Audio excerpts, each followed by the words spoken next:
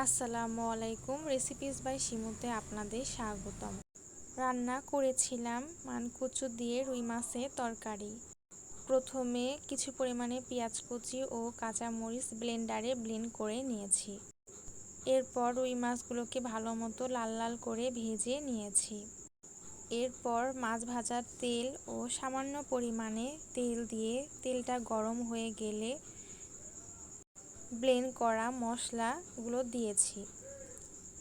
সামান্য পরিমাণে হলুদ গুঁড়া ও স্বাদমতো লবণ দিয়েছি। মশলাগুলোকে তেলের মধ্যে ভালো মতো ভেজে নিতে হবে, যাতে কোনো প্রকার কাঁচা গন্ধ না বের হয়। মশলাগুলো ভালো মতো কষানো হয়ে গেলে সিদ্ধ করা মানকচুগুলোকে দিয়ে দিয়েছি। মানকচুগুলোকে মশলার মধ্যে ভালো মতো কষিয়ে নিতে হবে। কষানো হয়ে গেলে সামান্য পরিমাণে পানি দিয়ে দিতে হবে। ঝোলের পানিতে বলক উঠলে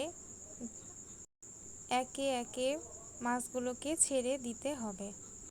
ঝোলের পানি কমে আসলে নামানোর আগ দিয়ে সামান্য পরিমাণে জিরার গুঁড়া ছিটিয়ে নিতে হবে। হয়ে গেল মানকচু দিয়ে রুই মাছের ঝোল রেসিপি। ধন্যবাদ সবাইকে। সবাই আমার পেজে ফলো দিয়ে পাশে থাকবেন।